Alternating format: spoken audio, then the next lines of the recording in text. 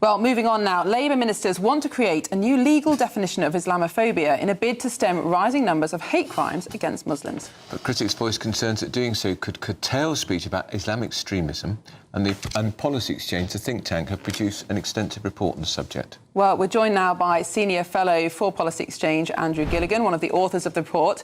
Andrew, good morning. Yesterday we were reporting that the government had dropped its idea to produce a legal definition of Islamophobia, replacing it with what seemed like a watered-down version, anti-Muslim hate. But that's not the victory for free speech that we imagined. It's not, actually. I always thought they were going to do this. I always thought they were going to use anti-Muslim hate instead of Islamophobia, presented as a compromise. But actually, you know, we've already got a definition of anti-Muslim hate. It's called the law.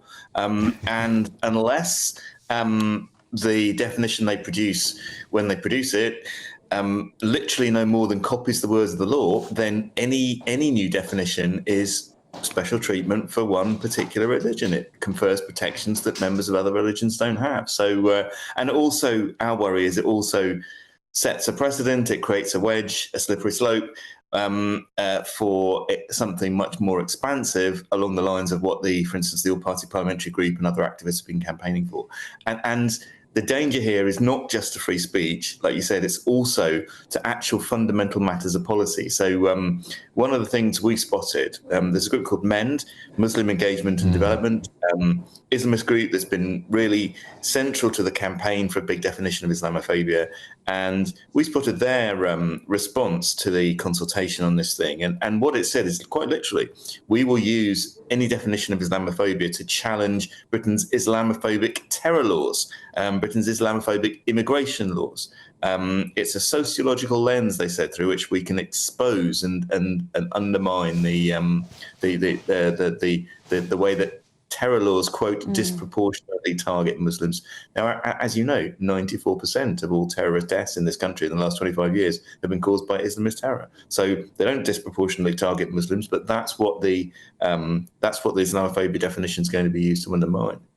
And in your report, you do allege that MEND and others are bad faith actors, that they are deliberately trying to persuade the government to introduce this definition on the face of it to look like they're tackling hate crimes against Muslims, but actually something far more sinister is going on, that they're trying to prevent Islamic terrorism being investigated and worse. Yeah, that's right. And you know, this isn't about mosques being attacked or women having their hijabs pulled off. Those things are already illegal. This is about discouraging criticism of Islamism. It's about dismantling immigration restrictions from, at least from Muslim countries, and it's about hampering the police in their fight against Britain's biggest terror threat. That's what it's about. And the government is kind of, as always, sleepwalking in a kind of well-meaning but slightly stupid way into something quite dangerous. Say what you mean. Slightly stupid? Are you sure only slightly stupid, Andrew? I actually think I do actually think most ministers are acting in good faith. They recognise like anti-Muslim hate crimes a problem. They want to do something about it. They obviously they've lost a lot of Muslim votes to independents in places like Birmingham. They want to show they care about Muslim voters. So, you know, those are reasonable motives. But actually what they're doing is definitely going to make the problem worse because it's going to empower extremists. It's going to harm the people who work against extremism, and it's going to make social tension worse. And anything that does confer a measure of special treatment on Muslims is not going to be good for Muslims. It will Andrew, I'm so sorry. Andrew Gilligan, we are going to have to leave it there, but thank you so much for coming on. And in response, MEND have said... Policy Exchange report, in line with its previously debunked efforts, misrepresents the need for a definition of Islamophobia. Debunked, that's a very good word, isn't it? It is. We'll have to use it tomorrow. Well, that's all from Britain's Newsroom.